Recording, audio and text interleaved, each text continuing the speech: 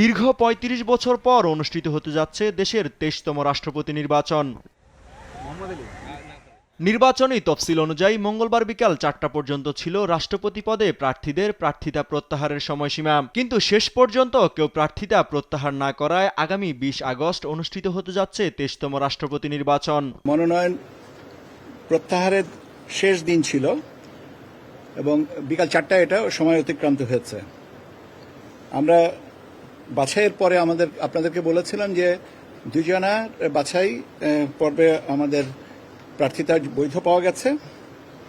তাদের ভিতরে কেউই মনোনয়ন পত্র প্রত্যাহার করেননি। ২০ আগস্ট দুপুর ২টা থেকে বিকেল ৫টা পর্যন্ত জাতীয় সংসদে ভোট হবে। তাৎক্ষণিক ভোট গণনার পর প্রাথমিক ফলাফল ঘোষণা করবেন নির্বাচনী কর্তা এএমএম নাসির উদ্দিন। ভোটারের সংখ্যা হচ্ছে ৩৪৯ এবং ৩৪৯টা ব্যালটই থাকবে।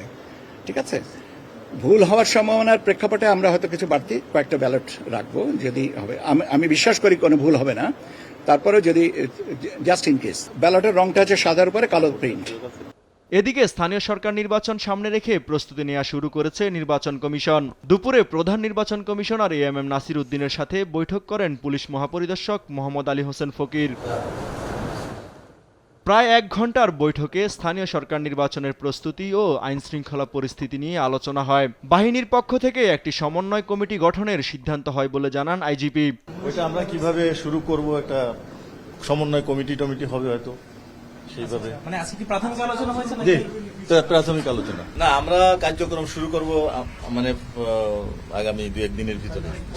এই কমিটি মাঠ পরিস্থিতি নিয়ে কমিশনকে বিস্তারিত তুলে ধরবেন বলে জানান আইজিপি।